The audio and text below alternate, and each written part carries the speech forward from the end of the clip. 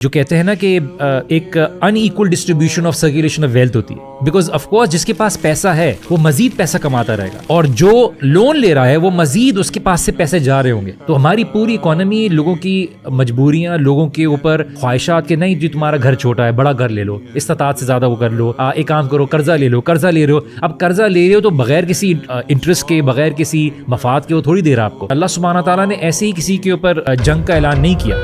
Loan کا سلسلہ دینا یہ تو ہمارے لیے تو کسی کی مدد کا ایلیمنٹ ہے نا. اب اس میں جو مفاد ہے، جس میں جو انٹرسٹ ہے، اس میں جو اضافہ ہے، وہ اس کو سود کہا گیا، کیونکہ اس کو کیا تھا کہ اسی کی کسی کی مجبوری کا فائدہ اٹھانا. تو ہماری پوری اکانومی لوگوں کی مجبوریاں، لوگوں کے اوپر خواہشات کے نہیں، جو تمہارا گھر چھوٹا ہے بڑا گھر لے لو، استطاعت سے زیادہ وہ کر لو، ایک کام کرو قرضہ لے لو، قرضہ لے رہے ہو، اب قرضہ لے رہے ہو تو بغیر کسی انٹرسٹ کے، بغیر کسی مفاد کے وہ تھوڑی دے رہا آپ کو. وہ دے گا اس لیے تاکہ وہ آپ کے پیسے جو ہے وہ کسی اور کو دے، وہ آپ کے پیسے کو انٹرسٹ سے کمائے، اور انٹرسٹ سے کمانے کے بعد پھر وہ آپ کو ایک فکس اماؤنٹ دے اور خود اس سے زیادہ کمائے. That is how basically banks work, because وہ ایک انٹرمیڈیری بنے ہوتے ہیں. اللہ سبحانہ تعالیٰ نے ایسے ہی کسی کے اوپر جنگ کا اعلان نہیں کیا. ہمیں یہ بات سمجھنے کی ضرورت ہے. جو کہتے ہیں نا کہ ایک unequal distribution of circulation of wealth ہوتی ہے، بیکاز آف کورس جس کے پاس پیسہ ہے وہ مزید پیسہ کماتا رہے گا، اور جو لون لے رہا ہے وہ مزید اس کے پاس سے پیسے جا رہے ہوں گے، اور اس سے جو سوسائٹی کے اندر ایک رچ اور پور کا گیپ ہے وہ مزید بڑھے گا. اور یہ ایک انجسٹس ہے سوسائٹی کے اندر. آپ جب تک اس کو